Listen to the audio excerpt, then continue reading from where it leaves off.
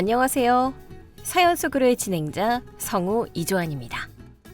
오늘 소개해드릴 이야기는 못된 아주버님 내외가 참교육당하는 이야기입니다. 이 이야기에 대한 여러분의 응원과 의견을 마음 편히 댓글로 달아주시면 감사하겠습니다. 오늘의 이야기 시작하겠습니다. 남편의 일주기 제삿날이었어요. 제사상의 향냄새가 채 가시기도 전에 거실 테이블 위로 두툼한 서류봉투 하나가 툭 던져졌죠. 동서, 이제 그만 억지 부리고 여기 도장 찍어. 어차피 서방님도 없는 마당에 동서가 무슨 수로 그 큰 회사를 굴려? 우리가 맡아서 제대로 키워보겠다는데 왜 이렇게 꽉 막혔어? 형님, 남편 제사상 물린 지 10분도 안 지났어요. 굳이 오늘 친척들 다 모인 이 시간에 이 서류를 들이미셔야겠어요? 그리고 회사를 키우는 게 아니라 아주버니랑 형님 이름으로 면이 변경하는 동의서잖아요. 에이, 재수씨, 말이 좀 섭섭하네요. 명의 좀 바꾼다고 핏줄이 어디 갑니까? 재수씨 혼자 끙끙대며 힘들까봐 우리 부부가 총대 매겠다는 건데 가족끼리 좋게 갑시다. 아주버니, 제가 힘들면 전문 경영인한테 넘기면 돼요. 굳이 두 분이 짐 떠안으실 필요 없어요. 서류는 다시 가져가세요. 너는 어쩜 그렇게 인정머리가 없니? 네 아주버니가 그동안 네 남편 회사에서 굳은 일 도맡아 하며 얼마나 고생했는데 회사 홀랑 넘기고 너는 그 돈으로 새 시집이라도 가려고 그러냐? 어머니, 다들 들으시는데 말씀 지나치시네요. 남편이 어떻게 일군 회사인지 아시면서 새 시집이라니요? 이 어처구니 없는 제삿날의 소동. 그 시작은 정확히 1년 전으로 거슬러 올라가요. 남편은 건실한 식자재 유통업체를 운영하고 있었어요. 밤낮 없이 일하며 회사를 키워가던 중 퇴근한 남편이 조심스럽게 말을 꺼낸 날이 있었죠. 우리 형 말이야. 이번에 하던 사업 완전히 망해서 집까지 금매로 넘기고 빚잔치하게 생겼어. 그래서 말인데 내 밑에서 영업관리라도 하라고 할까 해. 당신 친형이니까 당신 뜻대로 해요. 나도 형님네 길바닥에 나앉는 거 원치 않아요. 하지만 회사 일은 공과사 확실히 구분해야 해요. 친척이라고 대충 넘어가고 툭해주면 내가 가만 안 있을 거예요? 알았어. 당신 말대로 철저하게 일반 직원으로만 대할게. 허락해줘서 고마워. 당신 진짜 최고야. 그렇게 아주버니는 영업부장으로, 형님은 경리팀 직원으로 남편 회사에 들어왔어요. 처음에는 간이랑 쓸개 다 빼줄 것처럼 굽신거렸죠. 동서, 진짜 고마워. 서방님이 우리 식구 살려준 거야. 내가 진짜 뼈가 부서지도록 일해서 은혜 갚을게. 형님, 저한테 고마워하실 거 없어요. 회사 들어오시면 다른 직원들이랑 똑같이 대우받으실 테니까 나중에 섭섭해하지 마시고 잘 적응하셔야 해요. 남편 얼굴에 먹칠하는 일은 없게 해주세요. 하지만 사람 고쳐 쓰는 거 아니라는 옛말이 하나도 틀린 게 없었어요. 입사하고 반년쯤 지났을 무렵 저는 집에서 남편 회사의 계좌 지출 내역을 확인하다가 이상한 점을 발견했어요. 법인카드로 대형마트에서 고가의 식재료를 수시로 결제한 내역이었죠. 곧바로 회사를 찾아가 형님을 불렀어요. 형님, 이 법인카드 결제 내역 뭐예요? 최고급 한우 세트에 자연산 전복에 회사 구내식당 부식비 치고는 품목이 너무 이상한데요? 아, 그거 영업팀 회식할 때 쓰려고 내가 좀 장 좀 본 거야. 서방님도 다 아는 내용이니까 동서가 너무 깐깐하게 굴지 마. 피곤하게 왜 이래? 남편한테 방금 확인해 보니까 그런 회식 잡힌 적 없다는데요. 형님, 생활비 아끼시려고 법인카드 사적으로 긁고 다니시는 거 명백한 횡령이에요. 한 번만 더 이런 일 있으면 저 형님 당장 회사 처리하라고 남편한테 말할 거예요. 장난으로 하는 말 아니에요. 참나. 동서 진짜 빡빡하게 구네. 가족끼리 마트에서 고기 좀 산 거 가지고 횡령이라니. 알았어. 앞으로 안 쓰면 될 거 아니야. 아주버니도 마찬가지였어요. 남편 앞에서는 충성스러운 척하면서 뒤로는 거래처 사장님들한테 자신이 공동 사장인 약 거들먹거리고 다녔죠. 어느 날은 제게 결제 서류를 들이밀었어요. 재수 씨, 오늘 저녁에 김 사장님 골프장 모임 건으로 비용 결제 좀 올렸습니다. 도장 좀 찍어주세요. 아주버니, 김 사장님네는 단가 우려치기에서 우리 회사랑 거래 끊은 지가 언젠데 골프 접대를 하세요? 이 기한서 반려할게요. 개인적인 인맥 관리에 회사 돈 쓰지 마세요. 재수 씨, 영업이라는 게 당장 눈앞에 이익만 보고 하는 게 아닙니다. 다 미래를 위한 투자인데 재수 씨가 바깥 일을 너무 모르시네요.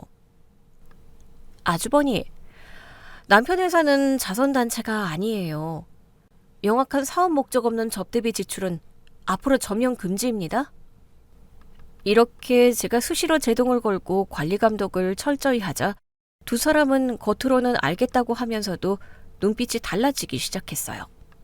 그러던 중 평범했던 우리 가족의 일상을 산산조각 내는 비극이 예고 없이 찾아왔죠. 당신, 나 오늘 거래처 공장 실사 때문에 지방 좀 다녀올게. 저녁 늦게 도착할 것 같아. 아들이랑 밥 먼저 먹고 있어. 알았어요. 비 오는데 운전 조심하고 도착하면 바로 연락해요. 당신 좋아하는 찌개 끓여놓을게요. 현관문에서 나눈 그 짧은 인사가 남편과의 마지막 대화였어요. 고속도로에서 일어난 연쇄 추돌 사고. 남편은 병원에 도착하기도 전에 눈을 감았어요. 하늘이 무너진다는 게 어떤 건지 뼛속 깊이 사무치게 알게 된 날이었죠. 넋을 잃고 장례식장 구석에 주저앉아 있는데 귓가에 소름 끼치는 대화 소리가 들렸어요. 어머, 최 사장님은 조의금을 30만 원밖에 안 냈네? 서방님이 저번 명절에 보낸 명절 선물이 얼만데 이거 완전 짠돌이네. 놔둬. 앞으로 저 인간 공장이랑은 거래 물량 확 줄이면 되지. 이제 회사 실거는 다 내 손에 들어왔는데 맘대로 되나 봐라. 남편의 영정사진 앞에서 슬퍼하기는커녕 조의금 봉투를 뜯어보며 회사 거래처를 어떻게 자기 마음대로 주무를지 궁리하는 두 사람을 보니 피가 거꾸로 솟았어요. 저는 자리에서 벌떡 일어나 형님 손에서 장부를 확 빼앗았어요. 형님, 아주버니, 지금 여기서 뭐 하시는 거예요? 남편 가는 길 배웅하는 마지막 자리예요. 장부 당장 덮으세요. 아이고, 동서. 우리도 다 서방님 빈자리 채우고 회사 생각해서 이러는 거야. 인맥 관리 제대로 해놔야 남은 동서랑 조카가 안 굶어 죽고 살 거 아니야. 저 굶어 죽을 일 없으니까 회사 걱정을 신경 끄세요. 그리고 아주버니, 회사 실권을 왜 아주버니가 쥐어요? 착각하지 마세요. 남편 장례 끝나는 대로 회사 임원진 권한 전부 다시 세팅할 테니까 그렇게 아세요. 재서 씨, 지금 남편 일은 슬픔에 겨워서 판단력이 흐려진 모양인데 내가 명색이 이 회사 영업총괄입니다. 사장 없다고 회사 당장 문 닫고 직원들 다 내쫓을 겁니까? 아주버니, 남편 빈수 앞에서 저 큰 소리 치게 만들지 마세요. 가뜩이나 억장 무너지는 사람 피말리지 마시고 가서 조문객들이나 똑바로 맞으세요. 남편을 그렇게 황망하게 떠내보내고 며칠 뒤 상실감을 추스르기도 전에 뻔뻔한 발길들이 집으로 들이닥쳤어요. 시어머니와 시누이였죠. 너 혼자 이 넓은 집에서 어떻게 살래? 당장 집 매매로 부동산에 내놓고 남는 돈은 내 통장으로 넣어라. 너는 내 집으로 들어오고 내가 살림 도와줄 테니까. 어머니, 이 집 남편이 온전히 제 명의로 해준 집이에요. 제가 알아서 살 테니 그런 무리한 요구는 하지 마세요. 합칠 생각 전혀 없어요. 언니도 참 정 없네요. 오빠 죽었다고 벌써 시댁 식구들 남 취급하며 선 긋는 거예요? 아가씨, 제가 남 취급한 적 없어요. 그리고 아가씨, 지난번에 오빠한테 뜬금없이 상가 매수한다고 돈 빌려달라고 했던 거 이제 저한테 얘기하실 생각이면 일찌감치 꿈 깨세요. 남편이 아가씨 뒷바라지 해준 게 얼만데 이제 저한테까지 손 벌리려고요? 언니, 말이 좀 심하시네요. 제가 언제 언니 돈 빌려달라고 떼었었어요? 오빠 죽고 언니 혼자 덩그러니 남았으니까 잘 챙기려고 위로 차온 거 아니에요. 위로해 주시는 마음만 받을게요. 당분간 아무도 안 만나고 혼자 있고 싶으니 두 분 그만 돌아가세요. 집과 재산을 노리는 시댁 식구들을 보며 당장 변호사를 만나 법적 절차를 밟아 회사부터 철통같이 방어해야겠다고 생각했어요. 거실 소파에 앉아 멍하니 서류를 챙기는데 대학생 아들이 제 옆으로 다가와 털썩 앉았어요. 평소 말이 없고 속이 깊은 녀석이었죠. 엄마, 지금 변호사 만나러 나가시려고요? 당장 저 사람들부터 회사에서 내쫓을 방법을 찾아야 해. 네 아빠가 피땀 흘려 어떻게 키운 회사인데 저런 탐욕스러운 인간들 손에 하루아침에 넘어가는 꼴을 봐? 엄마, 지금 섣불리 법대로 움직이면 안 돼요. 그게 무슨 소리야. 가만히 앉아서 눈 뜨고 코 베이라는 거야? 큰아빠랑 큰엄마, 아빠 돌아가시기 전부터 회사 장부에 손대고 있었어요. 제가 아빠 방 컴퓨터 백업 파일 정리하다가 수상한 이중장부 정황을 몇 개 찾았거든요. 뭐? 그게 사실이야? 당장 경찰에 고발해서 구속시켜야지. 지금 어설픈 증거로 경찰에 넘겨봤자 꼬리 자르기 하고 그냥 단순 횡령 몇 푼으로 합의 보고 끝날 거예요. 저 사람들 회사 자금을 빼돌리는 걸 넘어서 아예 회사를 집어삼키려고 다른 페이퍼 컴퍼니 명의로 뒷작업까지 치밀하게 하고 있어요.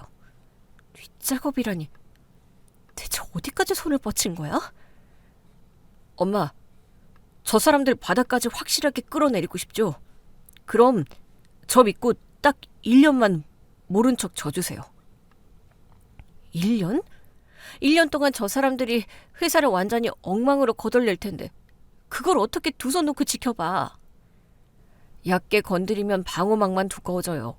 저 사람들이 완전히 이겼다고 믿고 방심하게 만들어야 빼도 박도 못하는 완벽한 증거를 낚아챌 수 있어요. 제가 다 계획해놨으니까 엄마는 그냥 회사 일에 지쳐서 경영 포기한 무능한 과부 행세하면서 1년만 꾹 버텨주세요. 당장 내일 큰아빠가 회사 임시대표 맡겠다고 이사회 열면 반대하지 말고 그냥 넘겨주세요. 아들의 맑은 눈빛 속에는 죽은 남편의 단호함이 고스란히 담겨 있었어요. 속에서 천불이 났지만 저는 끓어오르는 분노를 꾹 누르며 아들의 손을 꽉 맞잡았어요. 그래, 네가 그렇다면 엄마가 1년 바보처럼 속으면서 죽은 듯이 숨죽이고 있을게. 대신 1년 뒤에는 저 인간들 확실하게 빈털터리 만들어서 쫓아내야 해? 걱정 마세요. 저 인간들이 탐욕 부리며 훔쳐간 것들 10배, 100배 피눈물 흘리면서 토해내게 만들 테니까요.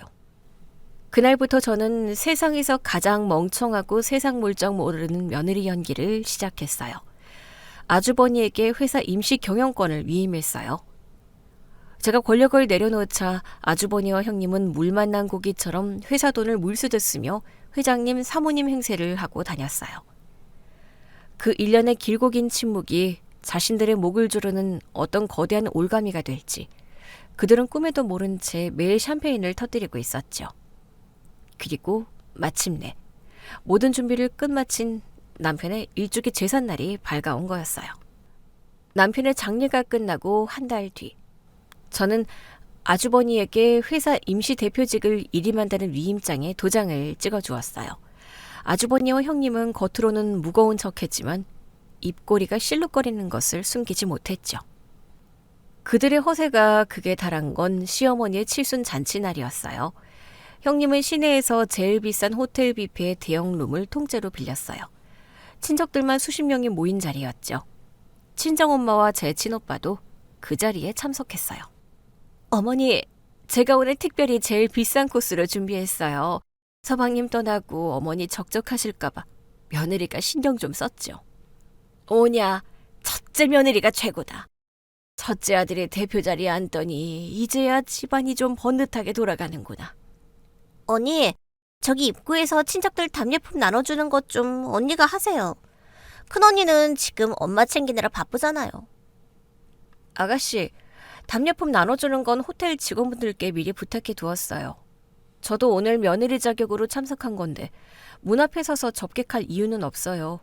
친척 어르신들 인사드리고 자리에 앉을게요. 너는 어쩜 그렇게 뻣뻣하냐? 네 형님이 고생해서 판 다 깔아놨으면 눈치껏 거들어야지. 어머니, 형님이 준비하셨으니 형님이 인사 받으시는 게 맞죠. 제가 나서면 오히려 형님 공 가리는 꼴이에요. 그리고 잔치 비용도 형님 개인 돈으로 하신 게 아니라 회사 법인카드로 긁으셨던데. 남편이 세운 회사 돈으로 잔치하시는 거니 저도 당당하게 앉아서 밥 먹을 자격 충분히 있어요. 동서, 무슨 말을 그렇게 해? 내가 언제 회사 카드를 함부로 썼다고 그래? 이건 다 회사 영업활동의 일환이야. 친척들 중에 우리 회사 식자재 납품받는 사람들도 있잖아. 친척 모임의 영업활동 명목으로 법인카드를 쓰면 그게 횡령이에요. 형님, 오늘 결제하신 내역 국세청에서 보면 바로 세무조사 들어올 사안인데 형님이 격리팀에 계시니 알아서 잘 처리하시겠죠. 더 이상 이 얘기 안 꺼낼 테니 식사나 마저 하세요. 제 말에 형님의 얼굴이 불그락부르락 변했지만 더 이상 대꾸하지 못했어요. 저는 조용히 식사를 마쳤고 제 옆에 앉아있던 친오빠는 스마트폰으로 형님이 호텔 매니저에게 법인카드를 건네며 결제하는 장면을 고스란히 사진으로 남겨두었어요. 그렇게 반년쯤 지났을 무렵 남편의 신복인 김 부장이 집으로 찾아왔어요. 엄마, 김 부장님께서 큰아빠랑 큰엄마가 회사에서 무슨 짓을 벌이고 있는지 구체적인 증거를 가져오셨어요. 사모님, 그동안 고생 많으셨습니다. 사장님 돌아가시고 회사 꼴이 말이 아닙니다. 큰 사장님 부부가 단순히 회사 돈으로 밥 먹고 차 타는 수준이 아닙니다. 회사를 아예 공중분해시킬 작정입니다. 공중분해라니요? 매출액이 매달 꾸준히 나오는 회사인데 그걸 왜 무너뜨립니까? 기존에 거래하던 건실한 납품업체들을 전부 일방적으로 계약 해지했습니다. 그리고 신생업체 3곳과 독점 계약을 맺었는데 납품 단가를 시세보다 무려 40%나 높게 책정했어요. 단가를 그렇게 높여서 받으면 우리 회사가 손해를 보잖아요. 도대체 왜 그런 짓을 하는 거죠? 그 신생업체들 대표가 누군지 아세요? 다 큰엄마 쪽 먼 친척들이나 지인들 이름이에요. 즉 우리 회사에 비싸게 물건을 팔게 만들어서 우리 회사의 현금을 그 페이퍼 컴퍼니들로 합법적으로 빼돌리고 있는 거예요. 세상에, 회사를 고의로 적자 상태로 만들고 있다는 소리네? 맞습니다. 서류상으로는 정상적인 거래처럼 보이지만 완벽한 배임입니다. 게다가 그렇게 빼돌린 돈으로 큰 사모님 친정 동네 건물들을 매매하고 있습니다. 명의는 전부 차명이고요. 오늘 고모님이 사모님 찾아가서 상가 매매한다고 돈 빌려달라고 하셨죠? 그것도 고모님이 진짜 상가를 사는 게 아닙니다. 큰 사장님 부부가 고모님 명의를 빌려서 자기들 상가를 매매하려는 겁니다. 아가씨는 자기 명의가 그렇게 쓰이는 줄 알고 동의한 건가요? 고모는 그냥 이름만 빌려주면 수수료 몇 천만 원 떨어진다고 하니까 신나서 나선 거예요. 나중에 세금 폭탄 맞고 신용불량자 되는 건 꿈에도 모를걸요. 큰아빠 부부는 고모까지 방패막이로 쓰고 있는 거예요. 기가 막히네요. 남편 피땀이 묻은 회사를 고의로 부도내서 껍데기만 남기고 알맹이는 전부 자기들 주머니로 쓸어 담고 있었군요. 네, 그래서 제가 1년만 참아달라고 한 거예요. 어설프게 건드렸으면 장부 조작해서 다 빠져나갔을 텐데 지금 1년 가까이 저 짓을 반복하면서 매수한 부동산 내역과 차명계좌 거래 기록이 엄청나게 쌓였어요. 김 부장님이 내부망에서 다 백업해 두셨고요. 수고 많으셨어요, 김 부장님. 이 은혜는 제가 꼭 갚겠습니다. 일단 이 자료들은 오빠한테 넘겨서 오빠가 아는 경제범죄수사팀 속에 비공식적으로 검토를 부탁해 놓을게요. 이 모든 진실을 알게 된 지 얼마 지나지 않아 아주버니와 시어머니가 제 집으로 불쑥 찾아왔어요. 남편 제사를 일주일 앞둔 날이었죠. 거실 소파에 앉은 아주버니는 잔뜩 찌푸린 얼굴로 마른 세수를 했어요. 재수씨, 상황이 안 좋습니다. 요즘 경기가 너무 바닥이라 거래처들 수금이 안 돌아요. 회사에 당장 막아야 할 어미 산더미입니다. 부도 직전이에요. 부도요? 남편이 운영할 때는 한 번도 어음 막느라 쩔쩔맨 적이 없었는데요. 동생 죽고 거래처들이 많이 빠져나갔습니다. 저도 어떻게든 살려보려고 백방으로 뛰었는데 역부족이네요. 그래서 말인데 재수 씨 살고 있는 이 집 매매로 급하게 좀 넘기시죠. 그래. 네가 이 큰 집 꿰차고 앉아있어서 못하냐. 회사 넘어가면 우리 식구 다 길거리에 나앉는다. 당장 집 팔고 그 돈으로 회사부터 살려놔라. 어머니, 이 집 제 명의로 된 제 재산입니다. 회사가 어려우면 회사 자산을 매각해서 부채를 갚아야지. 왜 제 개인 집을 매매하라고 하십니까? 재수씨, 동생이 세운 회사 안 살릴 겁니까? 재수씨 집 팔아서 급한 불만 끄면 제가 나중에 2배를 쳐서 돌려준다니까요. 아주버니, 회사 살리려고 그렇게 백방으로 뛰셨다는 분이 지난달에 왜 최고급 세단으로 차를 바꾸셨어요? 부도 직전인 회사 대표가 억대차를 굴리는 건 앞뒤가 안 맞잖아요. 집 팔 생각 추호도 없으니 돌아가세요. 이 독한 것. 네가 기어이 우리 장남을 구치소에 집어넣어야 속이 시원하겠냐? 아주버니가 구치소에 갈 짓을 안 하셨으면 회사가 부도난다고 구치소 갈 일은 없겠죠. 경영 악화는 대표가 책임지는 게 맞습니다. 제 집에는 손가락 하나 못 대니까 그렇게 아세요. 저는 단호하게 현관문을 열고 2 사람을 내보냈어요. 속으로는 당장이라도 그들이 빼돌린 장부를 얼굴에 집어던지고 싶었지만 참았어요. 완벽한 사냥을 위해서는 때를 기다려야 했으니까요. 저들이 회사가 부도났다고 핑계를 대며 마지막 남은 제 지분과 집까지 뺏으려 드는 걸 보니 이제 모든 판이 완성되었다는 걸 알 수 있었어요. 아들과 저는 남편의 일주기 제삿날 모든 친척이 모인 자리에서 이 거대한 연극의 막을 내리기로 했어요. 단단하게 조여진 올가미를 저들의 목에 확실하게 걸어줄 일만 남은 것이죠. 드디어 남편의 일주기 제삿날이 돌아왔어요. 친척 어르신들, 남편의 옛 친구들, 그리고 시댁 식구들이 저희 집 거실을 가득 채웠죠. 제사상에 올릴 전을 부치고 과일을 깎는 내내 형님과 시누이는 소파에 앉아 텔레비전만 보며 손가락 하나 까딱하지 않았어요. 저는 오히려 그게 편했어요. 오늘 밤 저들이 어떤 표정을 짓게 될지 상상하면 이깟 노동은 아무것도 아니었으니까요. 제사가 끝나고 식사를 마친 뒤 어른들이 과일을 드시며 쉬고 있을 때였어요. 아주버니가 헛기침을 몇 번 하더니 서류 가방에서 두툼한 봉투를 꺼내 탁자 한가운데에 내려놓았죠. 기다렸던 순간이었어요. 친척 어른들도 다 모이셨으니 제가 집안의 장손으로서 무거운 이야기 좀 꺼내겠습니다. 재수씨, 저번에 말했던 회사 지분 양도서랑 이 집 매매 위임장입니다. 도장 찍으시죠. 아주버니, 일주기 제사에 오신 친척분들 앞에서 굳이 이런 서류를 내미시는 이유가 뭐죠? 남편 제사 모시러 오신 분들 체하게 만드실 작정이세요? 동서, 말은 똑바로 해. 우리가 빚쟁이처럼 독촉하는 거야? 회사가 지금 당장 부도나서 문 닫을 판인데 대표인 내 남편이 오죽 속이 타면 어르신들 앞에서 이러겠어?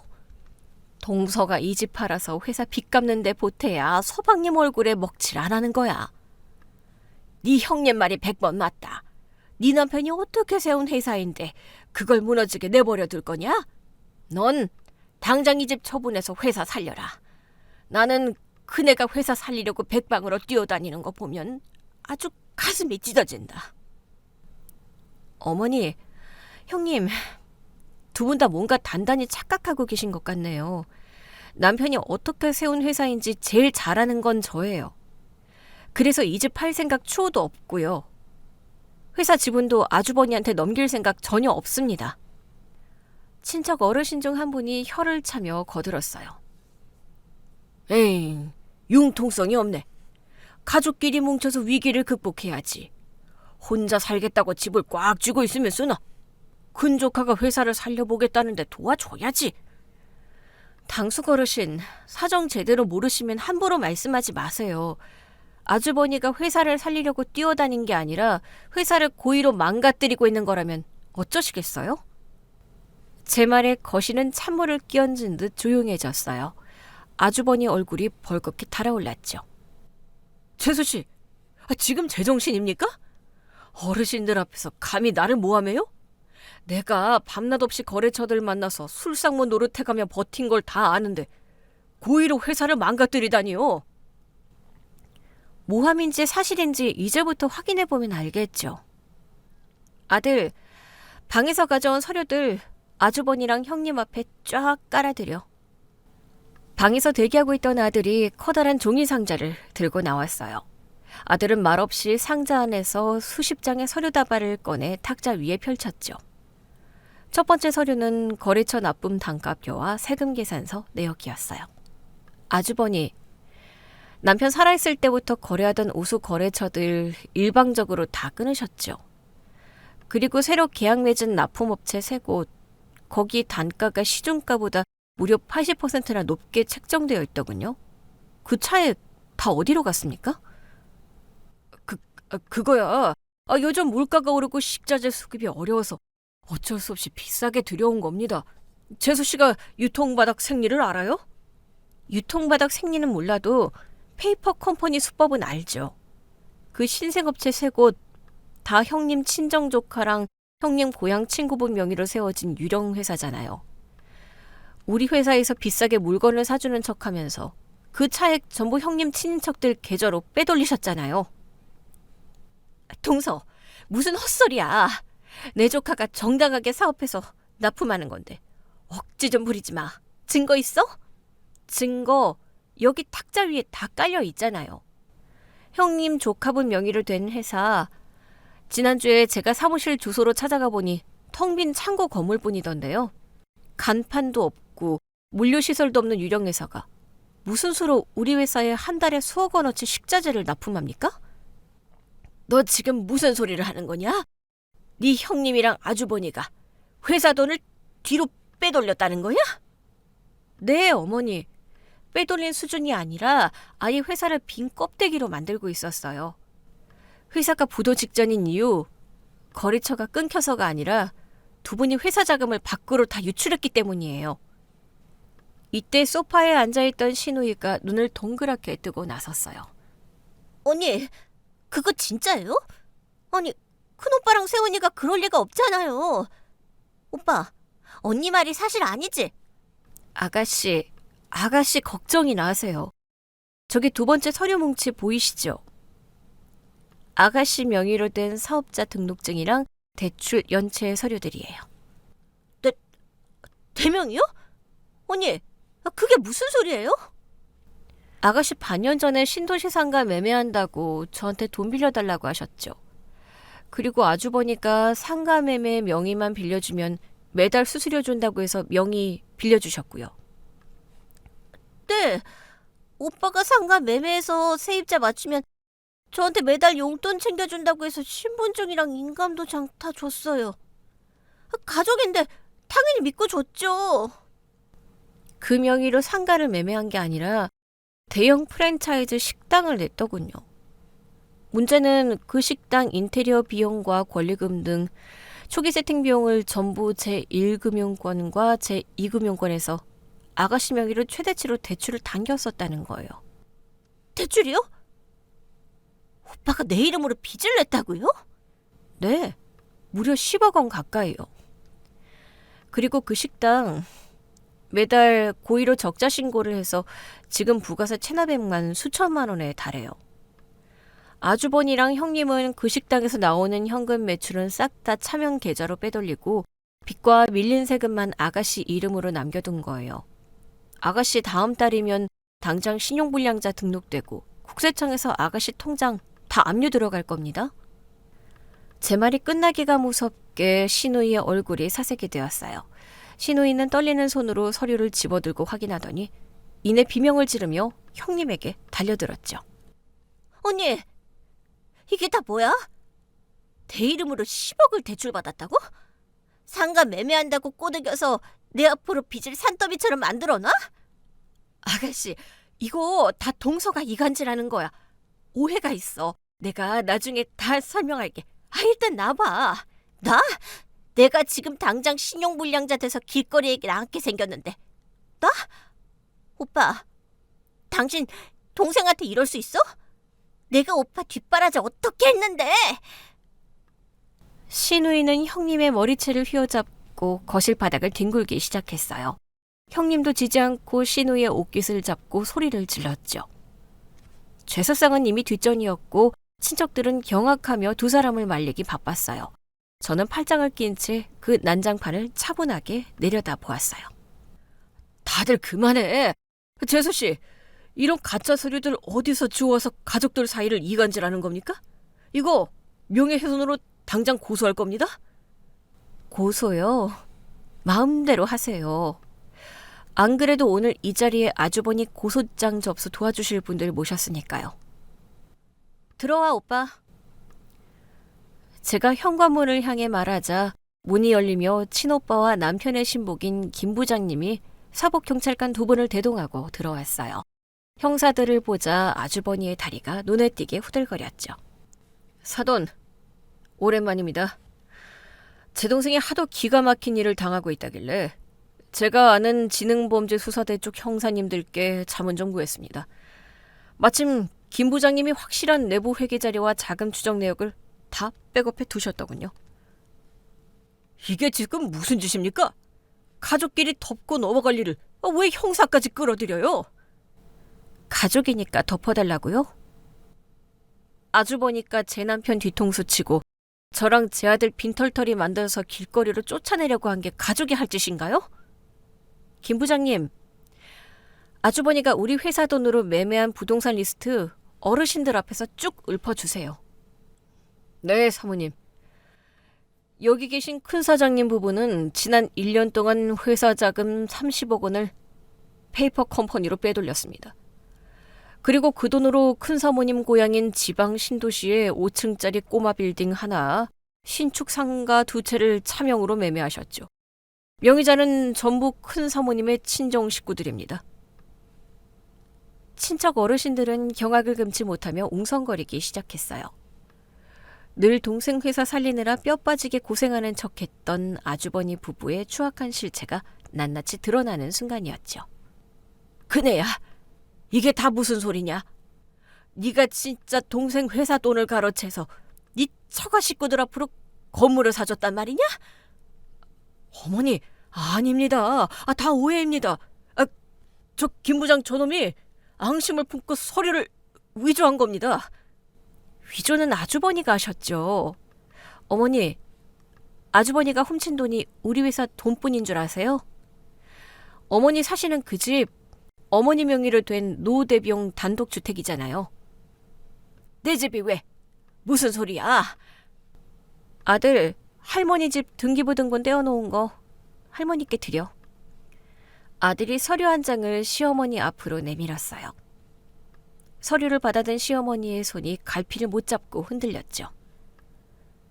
할머니, 큰아빠가 할머니 집 담보로 제 이금융권에서 5억 원 대출받았어요. 그리고 2달 전에는 아예 할머니 몰래 그 집을 금매로 매매 계약까지 체결해놨고요. 다음 주가 잔금 치르는 날이에요. 할머니, 이제 그 집 비워주셔야 해요. 뭐시? 그네야, 이게 사실이냐? 네가 어미 집을 나 몰래 팔아치웠단 말이냐? 어머니, 그게 미국에 있는 애들 유학 자금이 턱없이 부족해서 집 매매해서 먼저 급한 불 끄고 나중에 제가 회사 집은 완전히 장악하면 더 넓은 아파트로 매매해서 평생 모시려고 했습니다. 진짜입니다. 이 천하의 불효막심한 놈아. 네가 동생 회사 등쳐먹은 것도 모자라 어미 피 같은 집까지 팔아먹어? 아이고, 내 팔자야. 내가 미쳤지. 저런 놈을 장손이라고 믿고 이 며느리한테 침 넘기라고 달달 볶았으니. 시어머니는 가슴을 치며 바닥에 주저앉아 대성통곡을 했어요. 형님과 머리채를 잡고 뒹굴던 시누이도 넋이 나간 듯 바닥에 털썩 주저앉았죠. 모든 상황이 제가 아들과 계획한 대로 완벽하게 맞물려 돌아갔어요. 지난 1년 동안 멍청한 과보 행세를 하며 숨죽여 기다린 시간들이 한꺼번에 보상받는 기분이었어요. 아주버니, 형님, 두 분이 우리 회사를 부도내려고 기획했던 모든 자금 흐름, 그리고 신우이 명의 도용권, 어머니 집 불법 담보대출 및 매매건까지 전부 이 안에 정리되어 있습니다. 형사님들, 이 서류들이면 특정 경제범죄 가중처벌 등에 관한 법률 위반으로 당장 수사 착수 가능하죠? 네. 배임 및 횡령 액수가 워낙 크고 자금 세탁 정황이 뚜렷해서 고발장 접수와 동시에 출국 금지 조치하고 수사 진행하겠습니다. 두 분 서명하시고 서로 동행하시죠. 사복 경찰관들이 다가가자 아주버니와 형님은 얼굴이 하얗게 질려 뒷걸음질 쳤어요. 방금 전까지 저를 향해 회사비 갚으라며 핏대를 세우던 그 당당함은 온데간데 없었죠. 동서, 우리가 잘못했어. 내가 잠깐 미쳤었나 봐. 친정 식구들이 워낙 쪼들려서 도와주려다 보니 판단력이 흐려졌어. 제발 감옥 가지 않게 해줘. 우리가 세탁한 돈 다 다시 돌려놓을게. 건물 매매한 거 다 취소하면 되잖아. 건물 매매한 거 취소하고 돈 돌려받아도 형사처벌이 없어지는 건 아니에요. 형님, 그리고 제가 지난 1년 동안 왜 바보처럼 당하고만 있었는지 아세요? 두 분이 빼돌린 돈으로 미국에 있는 조카들 호화롭게 생활하는 거, 그 자금 출처 하나하나 다 꼬리표 붙여서 증거로 남기려고 기다린 거예요. 재수 씨, 제발 한 번만 용서해 주세요. 제가 죽은 동생 볼 면목이 없습니다. 동생이 거둬준 목숨인데 제가 배은망덕했습니다. 딱 한 번만 살려주세요. 아주버니, 가족끼리 좋게 가자고 하셨죠. 저는 가족이라서 더 철저하게 법의 심판을 받게 하려고요. 아주버니가 오늘 저한테 집 넘기라며 내밀었던 그 서류 봉투 제가 그대로 돌려드릴게요. 그 안에 구치소에서 쓰실 영치금 10만 원 넣어뒀으니까 그거 쓰시면서 평생 숙지하세요. 저는 바닥에 엎드려 비는 아주버니와 형님을 싸늘하게 내려다보며 단호하게 선을 그었어요. 남편의 영정사진 앞에서 탐욕을 부리던 두 사람의 결말은 스스로 판 거대한 함정에 빠져 허우적대는 꼴이었습니다. 거실에 모인 친척들은 누구 하나 아주버니 부부를 돕거나 동정하지 않았어요. 오히려 자신들에게 불똥이 튈까 슬금슬금 외투를 챙겨 입고 자리를 피하기 바빴죠. 시어머니는 여전히 바닥을 치며 통곡하고 있었고 시누이는 눈물 범벅이 된 얼굴로 저를 쳐다봤어요. 언니, 저 어떡해요? 저 당장 신용불량자 되면 회사에서도 잘릴 텐데. 언니가 오빠 회사 되찾으면 제 대출금 좀 갚아주시면 안 될까요? 저 진짜 아무것도 모르고 당한 거라 억울해요. 아가씨, 세상에 공짜는 없어요. 아가씨도 매달 떨어지는 수수료에 눈멀어서 본인 인감도장 넘겨준 잘못 분명히 있잖아요. 그 막대한 빚은 아가씨가 평생 일해서 갚으세요. 그리고 저한테 언니라고 부르지 마세요. 오늘부로 저는 이 시댁 사람들과 완전히 인연 끊을 거니까요. 어머니도 마찬가지예요. 장손한테 집 뺏기신 건 안타깝지만 제가 어머니 모실 일은 앞으로도 영원히 없을 겁니다. 남편 제사도 제가 알아서 모실 테니 두 번 다시 제 집 주변에 얼씬도 하지 마세요. 형사들이 아주버니와 형님의 양팔을 붙잡고 현관문 밖으로 끌고 나갔어요. 두 사람은 끝까지 저를 향해 악을 쓰며 애원했지만 저는 차가운 표정으로 문을 닫아버렸죠. 거실 탁자 위에 놓인 남편의 영정사진이 마치 수고했다고 저를 향해 고개를 끄덕여주는 것 같았어요. 그동안 제가 억눌러왔던 분노와 채증이 한꺼번에 씻겨내려가는 기분이었어요. 친오빠가 다가와 제 어깨를 토닥여 주었고 아들은 듬직한 표정으로 어지러워진 거실 서류들을 정리하기 시작했어요. 수고했다. 그동안 소갈이 하느라 얼마나 고생 많았어.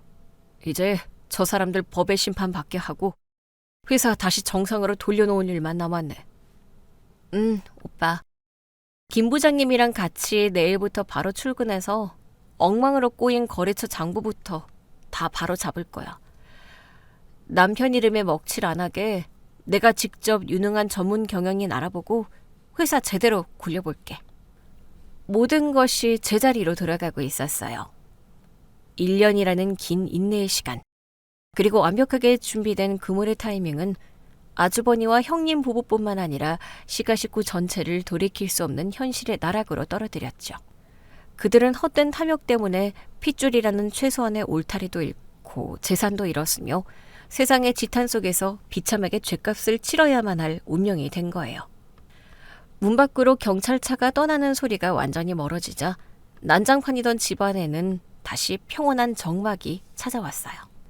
제사상을 마저 정돈하며 생각했어요. 저는 어설프게 용서하고 다 끌어안는 답답한 바보가 될 생각은 처음부터 조금도 없었어요. 남편의 피땀을 빼앗으려는 자들에게는 그들이 훔치려던 것보다 100배, 1000배 더 뼈아픈 대가를 치르게 하는 것. 그것이 남편의 억울함을 풀고 내 아들의 미래를 지키기 위해 제가 선택한 단 하나의 방식이었으니까요. 이제 남은 건 재판 과정을 두 눈 부릅뜨고 지켜보며 남편이 남긴 소중한 회사를 다시 일으켜 세우는 일 뿐이었어요. 남편의 일주기 제삿날 밤. 경찰이 아주버니와 형님을 연행해 간 이후로 제 일상은 완전히 달라졌어요. 멍청한 과부 연기를 끝내고 남편이 남긴 회사를 정상으로 돌려놓기 위한 진짜 싸움을 시작했죠. 가장 먼저 한 일은 아주버니 부부가 빼돌린 자산을 모조리 동결하는 것이었어요. 친오빠와 변호사의 도움을 받아 그들이 차명으로 매매한 지방 신도시의 꼬마 빌딩과 신축상가 2채에 대해 처분금지 가처분 신청을 냈어요. 회사 돈을 횡령해 불법으로 매수한 자산이라는 걸 증명하는 자금 추적 내역이 완벽했기 때문에 법원에서도 즉각 인용 결정을 내려주었죠.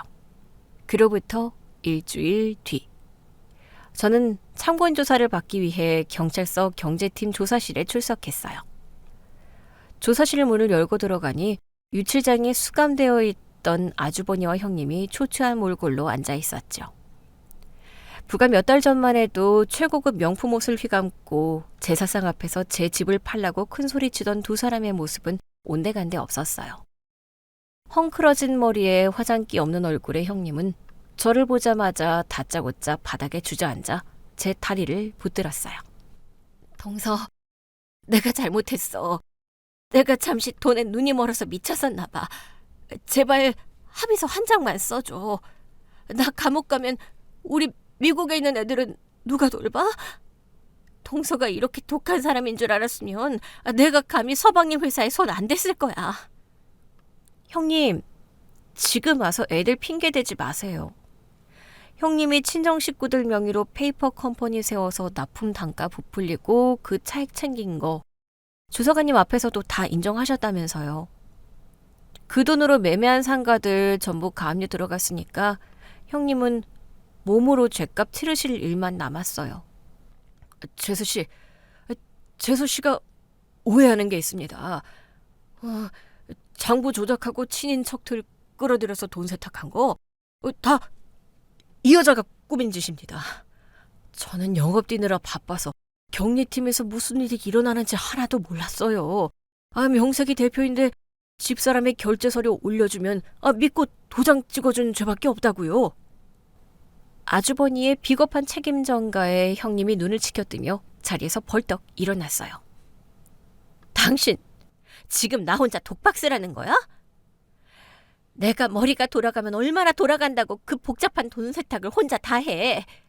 당신이 먼저 거래처들 다 자르고 내 조카들 이름으로 유령회사 세우라고 시켰잖아. 당신 친동생 회사 고의로 부도돼서 헐값에 넘기자고 한 것도 당신 아이디어였어? 입 닥쳐. 네가 옆에서 하도 미국 애들 학비 부족하다고 바가지를 긁어대니까 내가 어쩔 수 없이 무리수를 둔 거 아니야. 재수 씨, 제 말 믿으셔야 합니다. 저는 진짜 이 여자가 시키는 대로 서명만 했어요. 아주버니, 참 꼴 좋네요. 서로 남 탓하며 싸우는 모습 보니 제가 다 부끄러워요. 주사관님, 두 사람 다 회사 공동 책임자로서 횡령과 배임을 공모한 명백한 증거 자료들 이미 제출한 회계장부와 이중장부 원본에 다 나와 있습니다. 저는 단 1원의 합의도 해줄 생각이 없으니 법대로 최고 형량 구형되도록 철저히 수사해 주세요. 저는 두 사람의 추악한 진흙탕 싸움을 뒤로하고 조사실을 미련 없이 빠져나왔어요. 이제 저들이 서로를 물어뜯으며 형량을 떠넘기는 꼴은 법정에서 판사님이 알아서 판단하실 일이었죠. 제가 경찰서를 나와 곧바로 향한 곳은 남편의 회사였어요. 1년 만에 정식으로 회사 대표실에 발을 들였죠. 아주버니가 대표 행세를 하며 사들였던 번쩍거리는 최고급 가죽 소파와 화려한 장식장들이 눈에 거슬렸어요. 저는 즉시 총무팀 직원을 불러 대표실에 불필요한 집게들을 전부 중고로 처분하라고 지시했어요. 그리고 전 직원을 회의실로 소집했어요. 회의실에는 불안한 표정의 직원들이 가득 차 있었죠. 저는 단상에 올라가 마이크를 잡았어요. 다들 아시다시피 전임 대표였던 아주버니와 격리과장 형님은 현재 횡령 및 배임 혐의로 구속수사 중입니다. 오늘부로 두 사람은 파면 처리되었습니다. 그리고 형님 친척이라는 이유로 낙하산 입사해서 근무 태만으로 일관하던 영업팀 최대리, 자대팀 박주임 두 분도 오늘자로 해고입니다. 회사 자금을 횡령하는 데 직간접적으로 가담한 정황이 있으니 조용히 짐 싸서 나가세요. 제 단호한 선고에 낙하산 직원 2명은 얼굴이 붉어져 회의실을 빠져나갔어요. 저는 남편과 회사를 창립했던 김 부장님을 앞으로 불렀어요. 김 부장님을 오늘부로 회사 총괄 전무로 임명합니다. 김 전무님, 지금 당장 아주버니가 일방적으로 끊어버렸던 기존 우수 거래처 사장님들께 전부 연락 돌려주세요. 제가 직접 찾아뵙고 사과드린 뒤 이전보다 더 좋은 조건으로 납품 계약 다시 맺겠다고 전해주세요. 그리고 형님 일가가 세운 페이퍼 컴퍼니 세 곳과는 즉시 거래 단절하고 내용 증명 발송하세요. 회사 내부를 물갈이하고 정상적인 물류 시스템을 복구하는데 꼬박 한 달이 걸렸어요. 거래처 사장님들을 일일이 찾아다니며 무릎을 굽히고 남편의 명예를 걸고 다시 한번 기회를 달라고 설득했죠. 다행히 남편이 생전에 쌓아둔 신용 덕분에 대다수 거래처가 우리 회사와 다시 손을 잡아주었어요. 회사가 점차 안정을 찾아갈 무렵 시어머니에게서 계속 부재중 전화가 찍혔어요. 무시하고 업무를 보던 어느 날 퇴근하고 집에 돌아오니 현관문 앞에 커다란 이민 가방 3개와 보따리들이 널브러져 있었고 시어머니가 그 위에 주저앉아 있었어요. 며느리야, 문 좀 열어다오. 당장 갈 곳이 없어서 택시 타고 이리로 왔다. 네 아주버니는 연락도 안 되고 감옥에 있다는데 내가 늙어서 길바닥에 나앉게 생겼으니 일단 너희 집에서 같이 지내자꾸나. 어머니, 제가 제삿날 분명히 말씀드렸죠. 남편 제사도 제가 알아서 모실 테니 제 집 주변에 얼씬도 하지 마시라고요.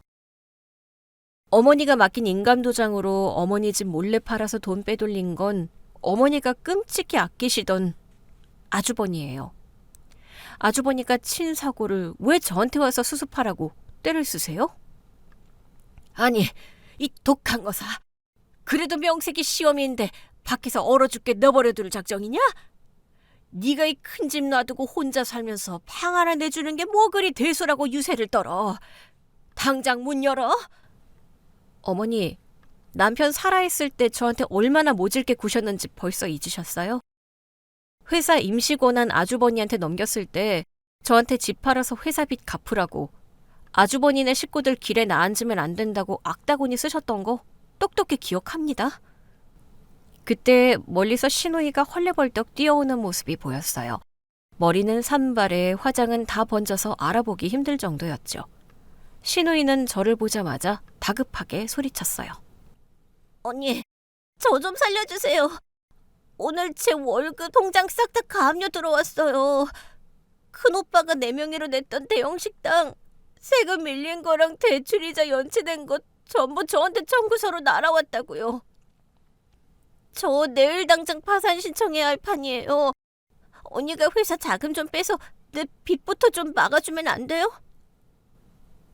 아가씨, 제가 분명히 언니라고 부르지 말라고 했을 텐데요. 그리고 아가씨 명의로 대출받은 건 아가씨가 해결하셔야죠. 제가 왜 남편 회사 돈을 빼서 아가씨 빚을 갚아줘요? 수수료 몇 천만 원 통장에 꽂힐 때는 좋다고 인감도장 넘겨주시더니 이제 와서 저한테 빚을 대신 갚으라는 건 무슨 심보예요? 언니, 진짜 너무하네요. 나 신용불량자 돼서 다니던 직장에서도 잘리게 생겼단 말이에요. 우리 엄마 저렇게 길에 쫓겨난 거 안 보여요? 언니가 사람이라면 이렇게 매몰차게 굴면 안 되죠. 오빠가 살아서 이 꼴을 봤으면 가만 안 있었을 거예요. 네, 남편이 살아서 이 꼴을 봤으면 아가씨랑 어머니한테 불호령을 내리고 당장 호적에서 팠을 거예요. 남편 피땀으로 일군에서 말아먹으려고 작당한 인간들을 어떻게 사람 취급합니까? 저는 현관문 도어락 비밀번호를 누르고 단호하게 문을 닫고 들어갔어요. 밖에서 현관문을 발로 차며 고래고래 욕을 하는 시어머니와 시누이의 목소리가 들렸지만 눈 하나 깜짝하지 않았어요. 저들은 스스로 뿌린 씨앗을 거두고 있는 것 뿐이니까요. 그렇게 시댁 사람들과의 악연을 완벽하게 끊어내고 회사 경영에 몰두한 지 어느덧 반년이 지났어요. 회사는 과거의 거래처들을 모두 회복하고 투명한 회계 시스템을 도입하여 역대 최고 매출을 기록하고 있었죠. 그러던 어느 날 회사 로비로 낯선 방문객들이 찾아왔다는 연락을 받았어요. 로비로 내려가 보니 형님과 아주버니의 아들, 딸, 즉 미국으로 불법 유학 자금을 받아 호화 생활을 하던 제 조카들이 캐리어를 끌고 서 있었어요. 작은 엄마, 저희 어제 한국 들어왔어요. 미국 집 렌트비가 석 달이나 밀려서 집주인한테 쫓겨났거든요. 엄마 아빠는 면회 가보니까 구치소에 계시고 할머니는 고시원 같은 방에 계시더라고요. 작은 엄마가 회사 다시 대표 되셨다면서요. 저희 미국 돌아갈 비행기 티켓이랑 다음 학기 등록금 좀 결제해 주세요. 맞아요. 우리 아빠가 1년 동안 작은 엄마 대신해서 회사 키워놨는데 작은 엄마가 갑자기 경찰 불러서 우리 아빠 감옥 보낸 거잖아요. 억울하지만 그건 어른들 일이니까 넘어가고 우리 유학비는 원래대로 회사에서 대주셔야죠. 저는 기가 막혀서 헛웃음이 났어요. 부모나 자식이나 뻔뻔함의 DNA는 똑같이 흐르는 모양이었죠. 저는 안내데스크에 있던 법인 신용카드 결제 내역서 사본을 가져와 조카들 눈앞에 펼쳐 보였어요. 너희들이 미국에서 타고 다니던 스포츠카 렌트비, 매주 주말마다 열었던 홈파티 비용, 그 넓은 수영장 딸린 집 월세, 그거 다 너희 엄마 아빠가 우리 회사 자재비 부풀려서 횡령한 돈으로 송금한 거야. 남의 회사 돈 도둑질해서 호의호식해놓고 뻔뻔하게 등록금을 달라고? 도둑질이라니요. 말이 너무 심하시잖아요. 우리 아빠 공동사장이었잖아요. 착각하지 마. 너희 아빠는 공동사장이 아니라 그냥 월급 받는 직원이었어. 그것도 내 남편이 불쌍해서 걷어준 직원. 너희 부모가 빼돌린 돈 때문에 우리 회사는 부도 직전까지 갔고 너희 할머니 집은 빚잔치로 넘어가서 고시원 신세가 된 거야. 내가 너희 유학비를 왜 대주니? 너희 부모가 우리 회사에 끼친 손해배상금 청구 안 하고 넘어가는 것만으로도 감사한 줄 알아. 작은 엄마, 그래도 핏줄인데 미국에서 대학은 졸업하게 해줘야 할 거 아니에요. 우리 당장 잘 데도 없어요. 잘 데가 없으면 너희 할머니 계신 고시원에 가서 방 하나 더 잡고 알바 뛰어서 돈 벌어. 나한테 손 벌릴 생각 꿈에도 하지 말고 당장 내 회사에서 나가. 경비반장님, 여기 학생들 밖으로 좀 내보내주세요. 앞으로 이 사람들 로비 출입 금지입니다. 경비원들에게 이끌려 쫓겨나면서도 씩씩거리는 조카들의 뒷모습을 보며 저는 지독했던 시댁과의 인연이 이제야 완벽하게 청산되었음을 느꼈어요. 횡령범 부모를 둔 대가로 한순간에 빈털터리가 되어 한국으로 쫓겨난 조카들 역시 현실의 쓴맛을 보며 평생 바닥에서 기어오르는 법을 배워야 할 터였죠. 재판 결과 아주버니와 형님은 각각 징역 5년과 4년의 실형을 선고받았어요. 그들이 차명으로 매매했던 상가와 부동산들은 전부 경매로 넘어가 회사 피해 복구 금액으로 환수되었죠. 시어머니는 좁은 월세방에서 파산한 시누이와 매일 싸우며 지옥 같은 노후를 보내고 있다는 소문만 건너 들려왔어요. 모든 복수와 회사 정상화 작업이 끝난 맑은 가을날, 저는 아들과 함께 남편이 안치된 납골당을 찾았어요. 아들은 남편이 생전에 가장 좋아하던 백합꽃을 헌화하고 조용히 묵념을 했어요. 저는 유골함 유리에 비친 제 모습을 보며 옅은 미소를 지었어요. 여보, 나 잘했지? 당신이 피땀 흘려 키운 회사, 내가 티끌 하나 없이 깨끗하게 청소해서 원래대로 돌려놨어. 당신 등에 비수 꽂고 우리 가족 길거리에 나앉게 만들려던 사람들 전부 다 죗값 치르게 만들었고, 당신이 하늘에서 다 지켜봤을 거라 믿어. 유골함 속 남편의 사진은 언제나처럼 다정하고 든든하게 웃고 있었어요. 이제 아무 걱정하지 마. 회사 일은 김전무님하고 능력 있는 직원들이 똘똘 뭉쳐서 알아서 잘 굴려갈 거야.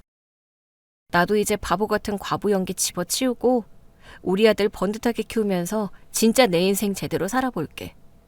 당신 목까지 당당하게 큰 소리 뻥뻥 치면서 살 테니까 나중에 우리 다시 만날 때 칭찬이나 잔뜩 해줘. 납골당을 나서는 길. 차가운 가을바람 대신 따뜻한 햇살이 저와 아들의 어깨 위로 쏟아지고 있었어요. 우리는 서로의 손을 굳게 맞잡은 채 발걸음도 가볍게 주차장으로 향했어요. 더 이상 뒤를 돌아볼 필요는 없었어요. 거짓과 탐욕으로 가득했던 그들은 스스로 만든 감옥과 빚더미 속에서 영원히 허우적대겠지만 지혜롭게 이겨낸 저와 제 아들의 앞날에는 오직 환하고 선명한 길만이 펼쳐져 있을 테니까요. 단 한치의 미련도 후회도 없는 완벽하게 통쾌한 결말이었어요. 오늘 준비한 이야기는 여기까지입니다. 재미있게 들으셨다면 구독과 좋아요, 알림 설정까지 눌러주세요. 지금 어디서 듣고 계세요? 여기는 서울이고요. 다음 이야기로 다시 찾아뵙겠습니다. 시청자 여러분, 오늘도 행복하세요.